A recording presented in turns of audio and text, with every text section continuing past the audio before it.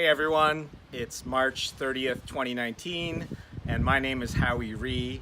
I work at Duke University, and I want to be one of the first to extend a big welcome to the class of 2023.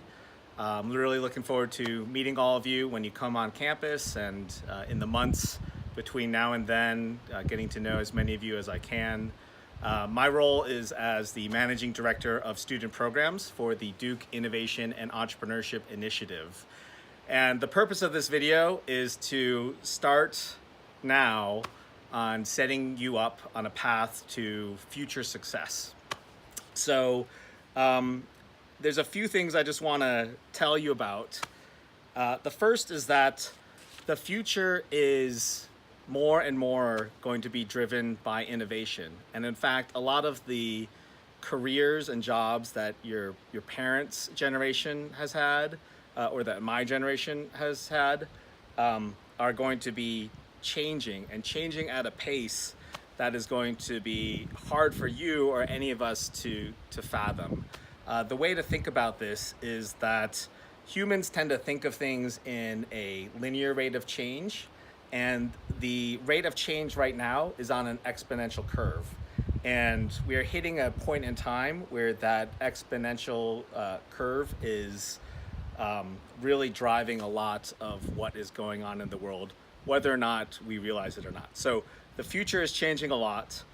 And I would submit to you that all of you should be thinking about how you can be prepared for a future where innovation is kind of the driving force. So that's kind of my main argument that I want to present to you. And as a result of this, something to consider is that a lot of the tools that you use today, whether it's Snapchat and Instagram, or the latest iPhone 10 with Face ID, or the latest Google phone, or Netflix or YouTube, all these things have pretty much been generated in the last decade. Before that, for my generation, things have been, at a much slower pace. And so for you, these tools that I just mentioned are kind of the state of the art. For you, this is like, it's very much what right? Like going to stream a movie on Netflix is no big deal. Whereas for my generation, we used to go and, pick up a VHS tape at Blockbuster Video and drive around and be charged late fees and all sorts of crazy things. But don't get comfortable with where those innovations are, because they are going to continue to change on this exponential curve. And in fact, 10 years from now, what you're probably going to see is going to look really, really different from what you are comfortable with today, which is actually harder for our generation because, as we grow older, the plasticity of our brain, the flexibility of our brain is worse, so we can't adapt to change as much. But for your generation, for you where you are today at 18 years old, you are at the peak of your brain power, and you can adapt very quickly to all these changes. So just know that being state of the art today is no guarantee for knowing what state of the art tomorrow or 10 years from now is going to be. And in fact, it's actually probably almost guaranteed that it's not going to be state of the art then. And so therefore for you, I think that you want to be thinking of what are the frontiers that are out there that you want to be pushing the envelope on. Because a trap that a lot of Duke students and a lot of students everywhere come to is they think about what are the popular careers that are going to pay me a lot of money, right? And so the main tracks at most universities around the world are, consulting, investment banking, pre-law, and pre-medicine. And those are all great and are great training grounds. And I have many students that go those ways. So that's taking nothing away from them. What I would suggest, though, is that if you can also, in parallel, think about the frontiers that are going to be big. And my 5-year-old daughter is about to join us here. Hey, Susanna.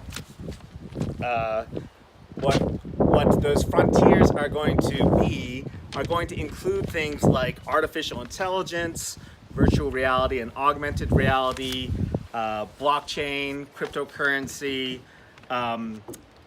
There's just so much going on. Robotics, there's so many things. If you want a list, I would look up Y Combinator's request for startups of a lot of the really cutting edge things. Again, that's Y Combinator request for startups. They have 25 topics that they're interested in.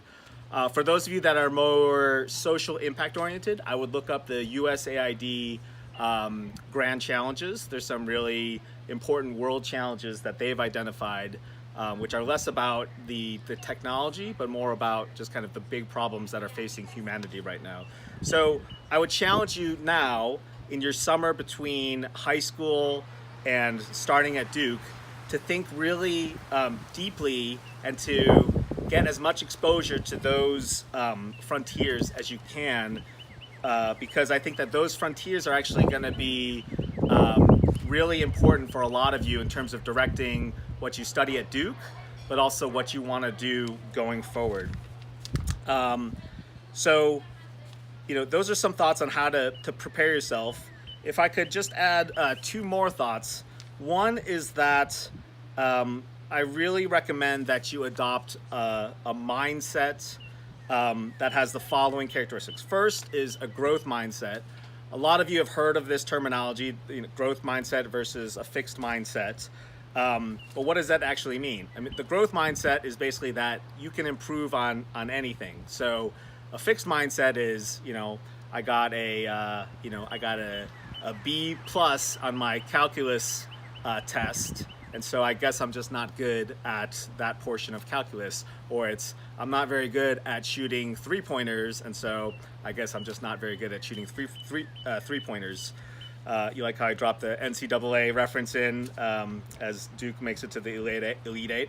So you want a growth mindset. You may know nothing about computer programming. You may know nothing about how the education system works, or how the prison system works, or how to save the lives of all of the mothers that are in danger, as they're giving birth, or how to supply water to areas of conflict that are fighting over resources like water, or how to do any sort of robotics at all, let alone advanced robotics that might take advantage of artificial intelligence in order to mimic human interaction.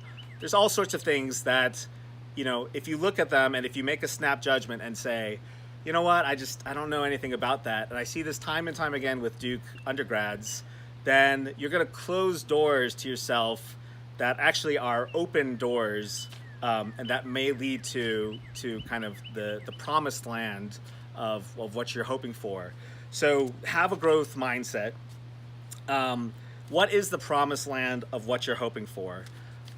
So I was talking a lot with Melissa Bernstein, who runs a company called Melissa and Doug, and I have their shirt here, Melissa and Doug Entrepreneurs. This is an amazing program for those of you that want to be entrepreneurs and also want to be innovators. You're not necessarily sure you want to be an entrepreneur, but you love being creative, you love coming up with new ideas.